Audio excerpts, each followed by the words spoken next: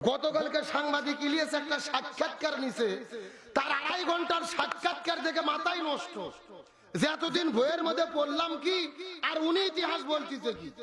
এতদিন শুনেছি 30 লক্ষ শহীদ হয়েছে বাংলাদেশের জন্য, আর উনি বলতেছে 30 লক্ষ শহীদ হয়নি, শহীদ হয়েছে 3 লক্ষ। বঙ্গবন্ধু ইংরেজি জানে না, 3 লাখ না বলে বলছে 3 মিলিয়ন। কে রে 3 লাখ কই আর 30 লাখ কই? 30 লাখ যদি শহীদ হয়, প্রত্যেকটা ইউনিয়নে 655 জনকে শহীদ হতে হবে। এই ইউনিয়ন ঘুরলে তো 10 জনও পাওয়া যাবে না। এতদিন আমরা ভুল তথ্য জেনেছি, ভুল ইতিহাস জেনেছি। পরিষ্কার করে মেজর ডালিম যে সাক্ষাৎকার দিয়েছে, চুমুল তর্ক বিতর্ক, ইতিহাস আমাদেরকে জানতে হবে। বলেছে পাকিস্তান বুদ্ধিজীবীদের বাংলাদেশে হত্যা করেনি, ভারত হত্যা করেছিল আমার দেশকে মেধাশূন্য করার জন্য। আমার বক্তব্য নয়, মেজর ডালিম বলেছেন। তিনি পরিষ্কার করে তার একটা বক্তব্য শুনে কলিজা ঠান্ডা হয়েছে, তাকে সেলুট দেই। ও বলতেছে আমি জাতির পিতা, জাতির চাচা, দাদা, নানা এগুলো মানি না, মুসলমান হিসেবে একমাত্র জাতির পিতা ইব্রাহিম আলাইহিস সালাম। আল্লাহু আকবার বলে। এ তো বাপের বেটা রে, কই ছিল এতদিন? এটা তো কোরআনের ঘোষণা। আমাদের জাতির পিতার নাম কি? মিল্লাতা আবিকুম ইব্রাহিম ওয়া সাম্মাকুমুল। বঙ্গবন্ধু কি জাতির পিতা? ইব্রাহিম আলাইহিস সালাম জাতির পিতা কে বলেছে? এই জন্য গভীর মনোযোগ, ইতিহাসকে বিকৃতি করতে করতে পুরো জাতির মধ্যে তার একটা ধোঁয়াশা তৈরি করেছে। পরিষ্কার করে বলেন। মেজর ডালিম আরো একটি গুরুত্বপূর্ণ কথা বলেছে, মানবাধিকার ভারতের কাছ থেকে শিখতে হবে না, আমেরিকার কাছ থেকে শিখতে হবে না। তোমরা কোরআন পড়ো, রসুলের জীবন পড়ো। কোরআন আর রসুলের জীবনের ভেতরে রয়েছে পৃথিবীর শ্রেষ্ঠ মানবতা। এতদিন জানলাম কি, শুনলাম কি, আর হচ্ছে কি?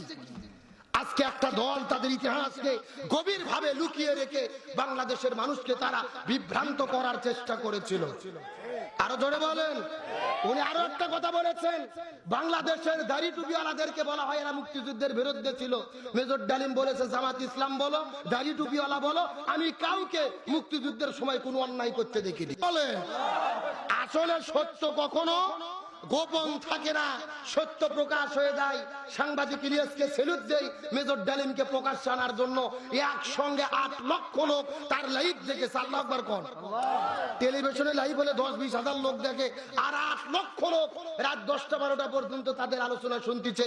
তার মানে বাংলাদেশের মানুষ সত্যটা জানতে চায় আর বিভ্রান্তর মধ্যে থাকতে চায় না।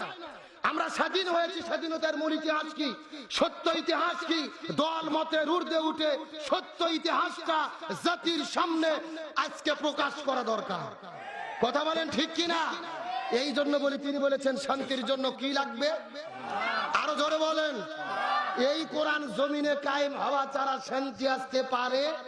জোরে বলেন পারে। এই জন্য আমাদের মুসলমানদের জাতির পিতার নাম কি? আরো জোরে বলেন।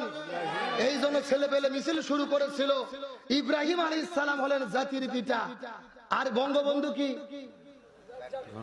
এগুলো বলে, হ্যাঁ বঙ্গবন্ধু ঘোড়ার ডিম দেখেন ফেসবুকের মধ্যে ছেলে পেলে লাগে।